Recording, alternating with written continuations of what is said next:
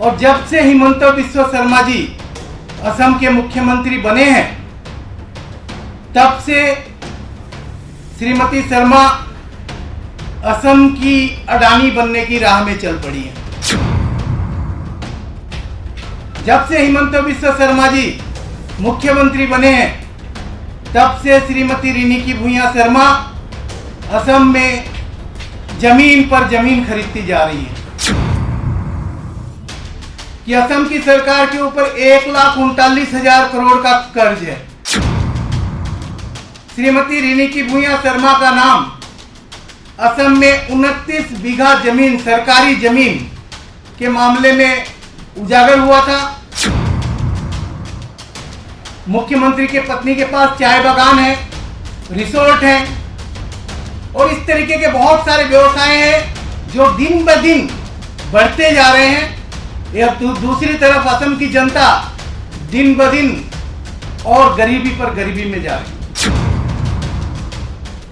सभी पत्रकार बंधुओं को मेरा नमस्कार। आज की पत्रकार वार्ता का उद्देश्य है आपके माध्यम से देश को ये बताना कि भारतीय जनता पार्टी किस तरीके से अपने परिवार के लोगों और अपने मित्रों को सरकारी योजनाओं का फायदा पहुंचाती है। किस तरीके से जो किसानों के लिए पैसा आवंटित होता है वो भी अपने पारिवारिक सदस्यों को किस तरीके से देती है, उसका आज हम खुलासा करेंगे। असम के मुख्यमंत्री श्री हिमंत बिस्वा शर्मा जी की पत्नी है श्रीमती रिनिकी भूया शर्मा। श्रीमती रिनिकी भूया शर्मा असम में pride east entertainment private limited की डायरेक्टर हैं और जब से हिमंत बिस्वा शर्मा जी असम के मुख्यमंत्री बने हैं तब से श्रीमती शर्मा असम की अडानी बनने की राह में चल पड़ी हैं। जब से हिमंत बिस्वा शर्मा जी मुख्यमंत्री बने हैं तब से श्रीमती रिनिकी भूया शर्मा असम में जमीन पर जमीन खरीदती जा रही है। आपको एक बात बता दें कि असम में जो वर्तमान स्थिति है कि असम की सरकार के ऊपर 1,39,000 करोड़ का कर्ज है और यह सरकार साल दर साल, महीने दर महीने कर्ज लेती जा रही है। असम में बेरोजगारी का बुरा आलम है। बेरोजगारी से चारों तरफ हाहाकार है। लोगों के पास व्यापार नहीं है, लोगों के पास आय के साधन नहीं है, लोगों की क्रय करने की क्षमता कम हो रही है। लेकिन दूसरी तरफ हिमंत बिस्वा शर्मा जी का परिवार खूब फल फूल रहा है। उनकी संपत्तियों में दिन ब दिन बढ़ोतरी होती जा रही है। इससे पहले भी श्रीमती रिनिकी भूया शर्मा का नाम असम में 29 बीघा जमीन, सरकारी जमीन के मामले में उजागर हुआ था और वो स्टोरी द वायर और द क्रॉस करंट ने मिलकर की थी। 8 दिसंबर 2021 को द वायर और क्रॉस करंट ने मिलकर उस जमीन घोटाले का भी खुलासा किया था और आज उसी जमीन पर देश की एक private international school Shrimati Riniki भूया शर्मा जी चला रही हैं और ये शायद देश का पहला एग्जाम्पल होगा जहां किसी मुख्यमंत्री की पत्नी प्राइवेट स्कूल चला रही है जिसकी लाखों में फीस है और वो जमीन सरकार से ली गई थी। मुख्यमंत्री के पत्नी के पास चाय बागान है, रिसोर्ट है और इस तरीके के बहुत सारे व्यवसाय हैं जो दिन ब दिन बढ़ते जा रहे हैं। यह दूसरी तरफ असम की जनता दिन ब दिन और गरीबी पर गरीबी में जा रही है। अब इसमें नया एक काम और हुआ है। पिछले साल असम में नौगांव जिले में श्रीमती रिनिकी भूया शर्मा जी अपनी company pride east entertainment private limited के नाम 106 बीघा जमीन खरीदी। 106 बीघा। पहले उन्होंने जमीन खरीदी 50 बीघा, वो खरीदी थी 4 फरवरी 2022 को, 50 बीघा से भी ज्यादा। लेकिन असम का जो लैंड सीलिंग एक्ट है, वो लैंड सीलिंग एक्ट कहता है कि आप असम में 49.5 बीघा से ज्यादा कृषि भूमि नहीं खरीद सकते। तो जब उन्होंने ये 50 बीघा से ज्यादा जमीन खरीदी, उस वक्त उस भूमि की जो श्रेणी थी, क्लास था, वो था कृषि भूमि। उसका वर्गीकरण कृषि भूमि था। लेकिन जैसे ही प्राइड ईस्ट एंटरटेनमेंट ने वो जमीन खरीदी, उसके सिर्फ 2 महीने में 18 अप्रैल 2022 को उसका लैंड यूज चेंज करके औद्योगिक भूमि कर दिया गया, सिर्फ 2 महीने में। जबकि आप असम में दूसरे अगर लैंड यूज चेंज के एप्लीकेशंस को देखोगे तो सालों साल से एप्लीकेशन पेंडिंग पड़े हैं जो कृषि भूमि से औद्योगिक भूमि में ट्रांसफर नहीं हुए।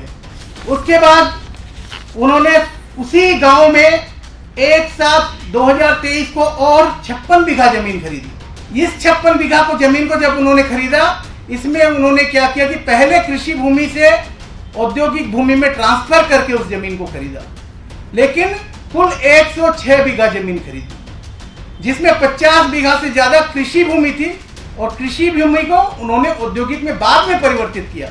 जबकि असम का सीलिंग एक्ट कहता है कि आप असम में कृषि भूमि 49.5 बीघा से ज्यादा नहीं खरीद सकते।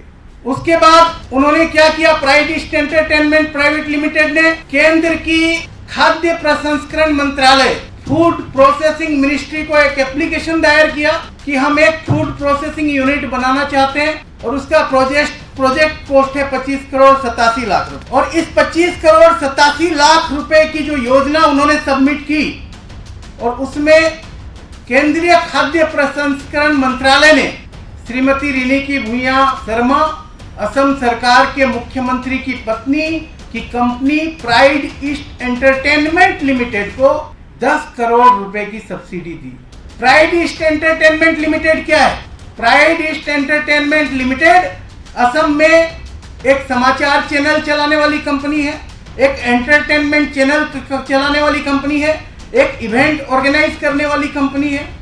उस कंपनी को खाद्य प्रसंस्करण मंत्रालय फूड प्रोसेसिंग मिनिस्ट्री ने, मोदी जी की फूड प्रोसेसिंग मिनिस्ट्री ने 10 करोड़ रुपए की सब्सिडी दी। एक तरफ जमीन खरीदने में अनियम हुआ, दूसरी तरफ 10 करोड़ रुपए की सब्सिडी दी गई। तो इसमें सीधे सीधे एक सरकारी स्कीम से मुख्यमंत्री के परिवार को फायदा उठाने का मामला है। सीधा सीधा सरकारी स्कीम है, उसका पैसा मुख्यमंत्री के परिवार को दिया गया है। हम चाहते हैं कि इस घोटाले की जांच हो, इसमें जो भी संलग्न है, इसमें जो लोग सम्मिलित हैं, इसकी जांच हो और जो सीबीआई और ईडी को लगाकर, सीबीआई और ईडी आजकल सभी विपक्ष के नेताओं के ऊपर लगी रहती है, तो आज हम आपको बता रहे हैं कि कहां घोटाला हो रहा है, तो सीबीआई और ईडी उसकी भी जांच करें। हम इस घोटाले की जांच की मांग कर रहे हैं।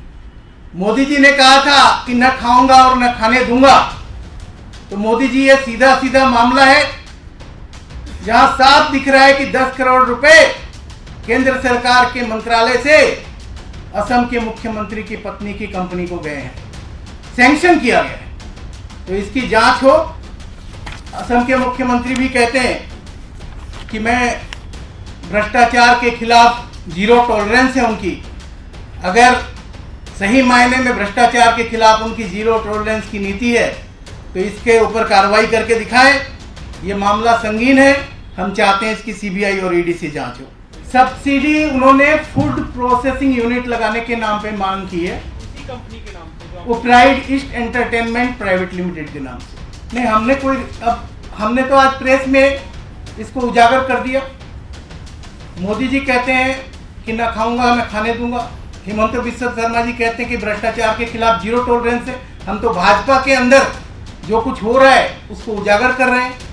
असम का ही चैनल है द क्रॉस करंट, उन्होंने भी इसको उजागर किया है, तो इसके बारे में कार्रवाई करनी चाहिए। देखिए, हमारा काम है उजागर करना, हमने मुद्दों को उजागर कर दिया और जरूरत पड़ेगी तो हम रिटर्न में भी देंगे।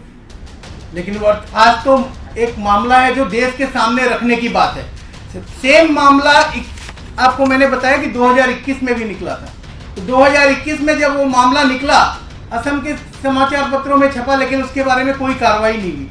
आज फिर से हम उस मामले को भी हमने उजागर किया ताकि देश को पता तो चले कि भाजपा किस तरीके से काम करती है।